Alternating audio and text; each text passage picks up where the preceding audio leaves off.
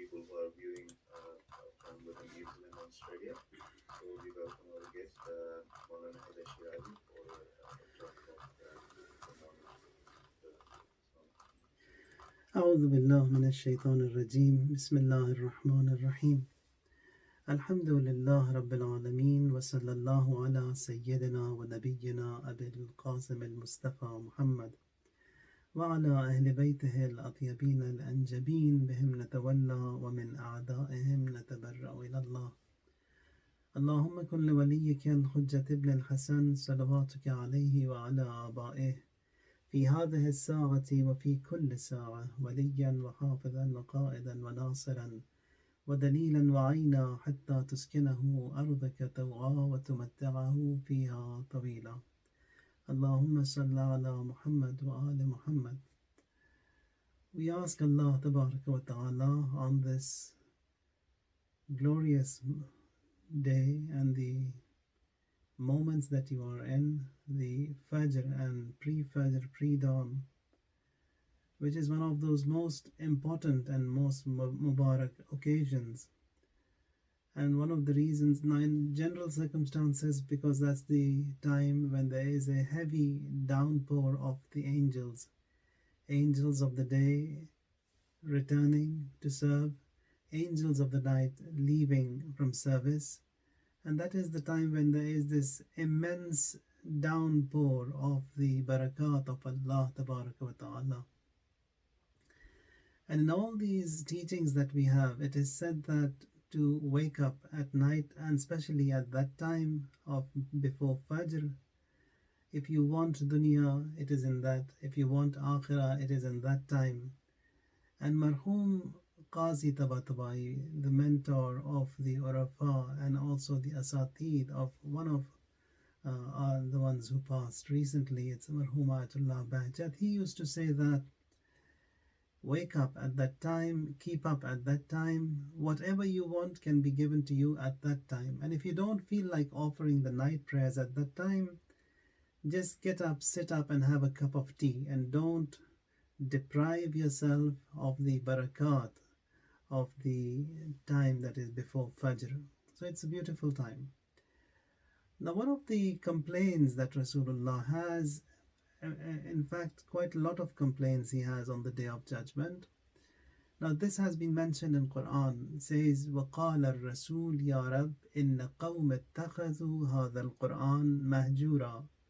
He would say that, my Lord, my people had abandoned this Quran, which is a fact, which is a reality, that the importance that should be given to Quran is not given by us. And the approach that we have towards the Holy Quran, it's so not good.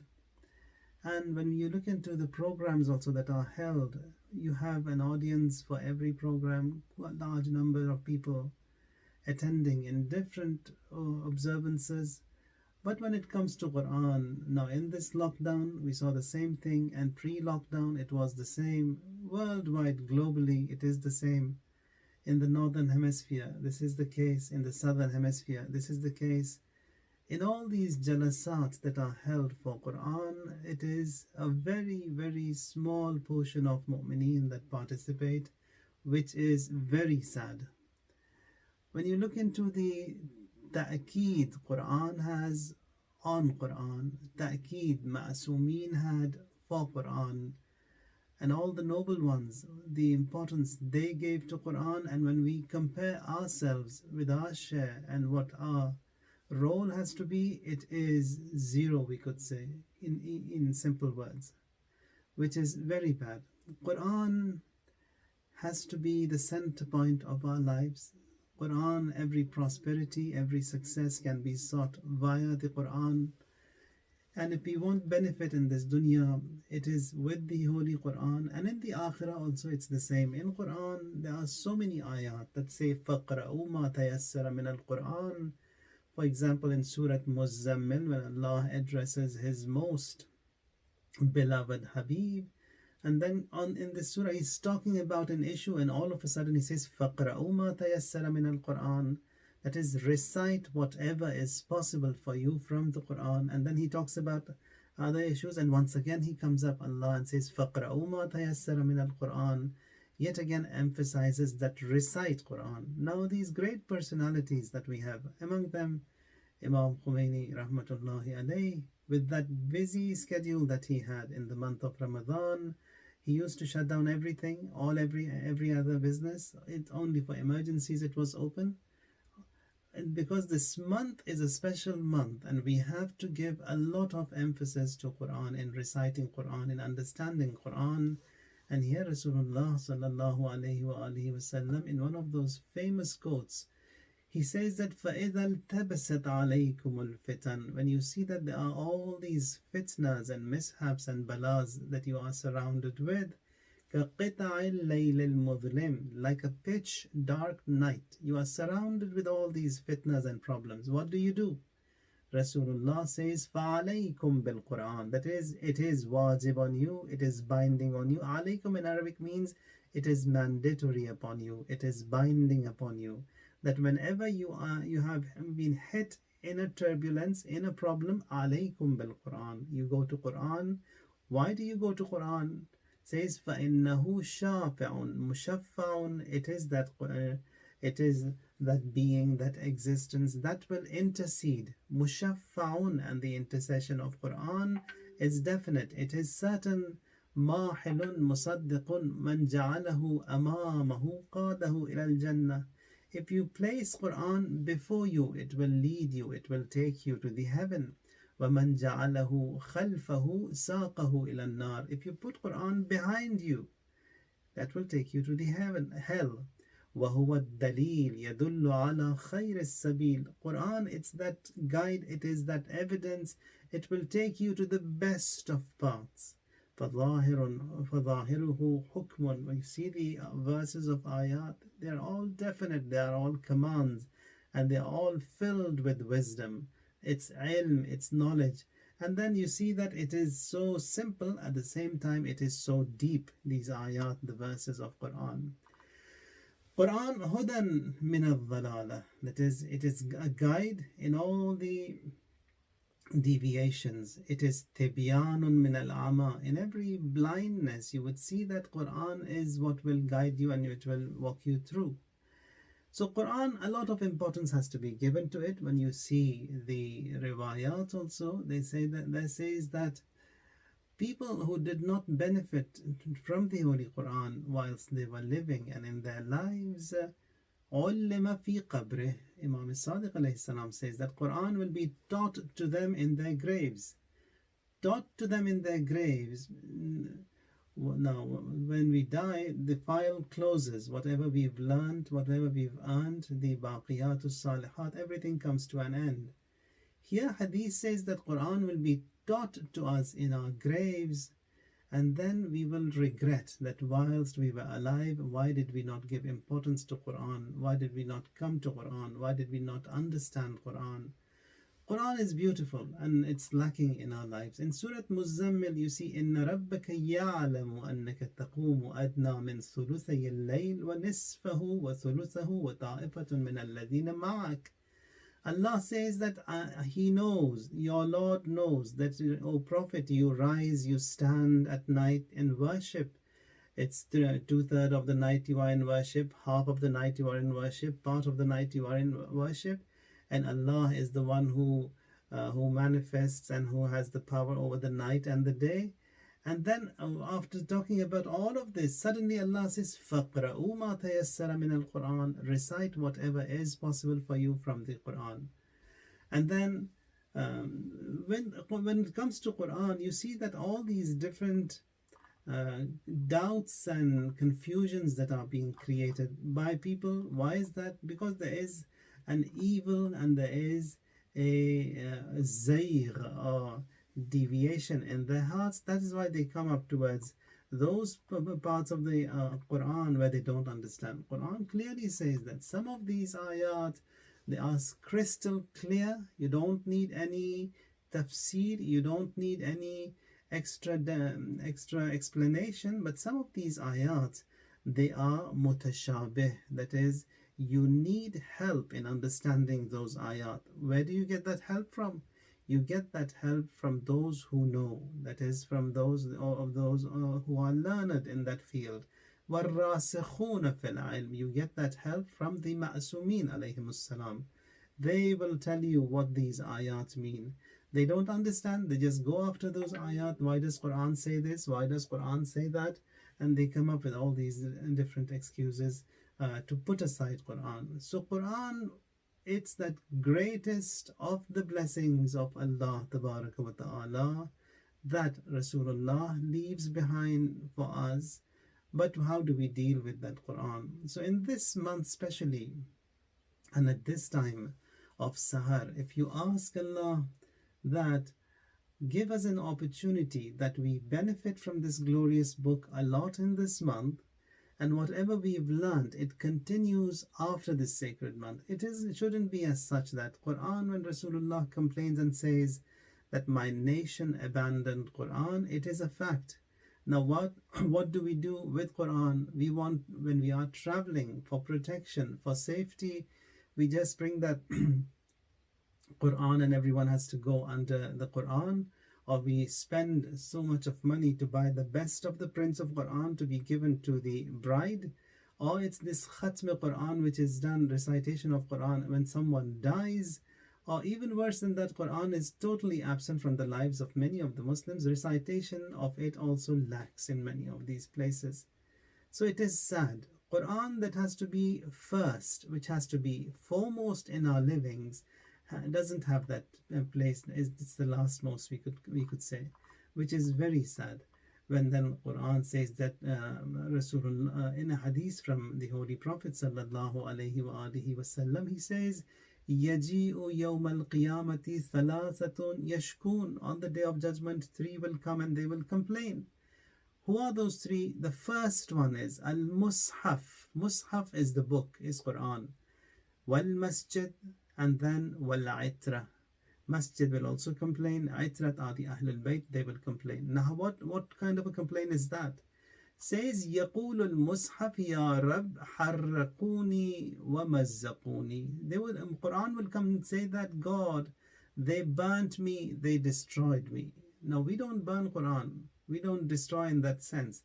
But when you don't give importance to it and when you put it aside, and only when in cases when you want to swear an oath, we bring that Quran down and then use it for swearing an oath, for promises, etc., for these little things that we do. Or when you go to mosque, you see this Quran has been written so beautifully, but no one can read what these ayat say, and what is the meaning of those ayat. So Quran has to be presented in a way that people, they benefit from it. When they go to the mosques also, when they see these ayat, they could read it. It's good to have a beautiful art, but when someone is not benefiting from what is written over there, then what's the point? And then Masjid also will complain on the day of judgment. يَقُولُ الْمَسْجِدِ يَا رَبْ عَطَّلُونِي. That is, they abandoned me, no one came to visit me, they ruined me. And then Itrat, that is the Ahlul Bayt alayhimus salam, they will also complain on the day of judgment. They would say that يَا رَبْ قَتَلُونِي قَتَلُونَا تَرَدُونَا شَرَّدُونَا. And then they would say that they alienated us, they isolated us, they killed us, they dispersed us. And then the Holy Prophet says that I will kneel down before the existence of Allah Tabarak wa Ta'ala and wait for His divine decree of the Almighty. The Almighty also would say that I am more deserving and I will judge for all this animosity that was shown. So Quran, we have to give importance to it. Now, the least that a person should recite Quran in a hadith from Imam Riza alayhi salatu wassalam is 50 ayat every day. 50 ayat every day must be recited by every individual. That is the least that a person can recite. And then in this month of Ramadan, Allah gives special barakat in the time of an individual when he starts understanding Quran. If that desire is sincere, that I want to recite, I want to complete a khatm. And nowadays we have so many online sessions, you can be part of them. And now there is no way a person can say that I did not have access, I could not learn, no one could come, no one could teach. This excuse is gone. Even if it did exist prior to this lockdown, but with this lockdown, all those excuses are also gone. So people will have no excuse. They can't say that I never got an opportunity to learn. Everything is open now in this lockdown, which is a barakah, you could say, that Allah, when He closes a door based upon His wisdom, He opens hundreds of doors based upon His mercy. That is, وَرَحْمَتِي وَسَعَتْ كُلَّ شَيْءٍ. So we have to benefit a lot. It's only the seventh day of the sacred month. If we haven't done much in the past few days, do it. Benefit from Quran. Give a time slot to the holy book, and you would see for yourself how much of a barakat it brings in the life of an individual, especially the youth, especially the children. Hadith says that someone who bonds with Quran, learns Quran, recites Quran whilst he is young, whilst he is still a child, that Quran becomes part and parcel of his body, his blood and flesh. And you would see that these ayat of Quran that they have learnt while they were children, and if God forbid down the road living in the West, and now West and East doesn't matter nowadays, everything is one. If there is any kind of inhiraf or deviation that does come in the lives of these youth at some point during their life, but this Quran will bail them out. This Quran will help them out. So bond your children with Quran as long as they are children, bond them with Quran. If you don't do that, when we send them to schools and universities, then it's gone and you can't do anything. So that is that first and the foremost duty that is assigned to everyone, that Rasulullah, upon whom this book was revealed and the assignment given to him is this Quran and Ahlul Bayt. The two things, they have to be taught, they have to be educated, they have to be given to these children. When I see these beautiful children who have bonded with Quran and how beautiful they recite, you see that there is a special nur and nuraniyat in them, especially those who are somehow connected to Quran. And when you compare them with those who have no connection, you see there is something massive missing in them who are not connected with the Quran. And we have to try and do something, especially in this month of Ramadan, that we don't be among those to whom Rasulullah, he complains. So in another quote here, it says that Ya Sa'd, ta'allamul Quran. That is, here Imam Sadiq alayhi salatu wasalam says, Sa'd, learn Quran, فَإِنَّ الْقُرْآنَ يَأْتِي يَوْمَ الْقِيَامَةِ فِي أَحْسَنِ سُورَةٍ. It will appear on the day of judgment in the best form. نَظَرَ إِلَيْهَا الْخَلْقِ. That is, you would see that people would have ever seen someone such beautiful, such magnificent. Quran will appear on the day of judgment in such form. وَالنَّاسُ صُفُوفٌ عِشْرُونَ وَمِئَةْ أَلْفَ صَفٍ. And people will be in 200,000 rows, and so many of them will be, 80,000 from among them will be the nation of Rasulullah sallallahu alaihi wasallam. And there on the day of judgment, you would come and see that Quran, it was revealed, it descended upon the earth, and then it will ascend towards the heaven. And there you would come to know that this Quran, it is the inner self and the batin of Amirul Mu'mineen alayhi salam and the Ahlul Bayt alayhim salam. Quran, we have to give importance to it. Now all this a lesson to myself first, and in this month of Ramadan, as much as it is possible for you, give importance to it and participate in sessions that are related to the Holy Quran, because it is the season of Quran. Inna anzalnahu fi laylatil qadr, shahru Ramadan alladhi unzila fihi al-Quran. It is the month of Ramadan in which Quran was revealed. If Quran was revealed, so Quran has to be the top priority of every individual. Shahru Ramadan alladhi unzila fihi al-Quran, in which Quran was revealed. May Allah tabaraka wa ta'ala help us in being with the Holy Quran, keep us with the Holy Quran, and make us die on the path of Quran and raise and resurrect us with the Holy Quran, inshaAllah. Wa subhana rabbika rabbil izzati amma yasifun, wa salamun ala al-mursaleen, walhamdulillah rabbil alameen.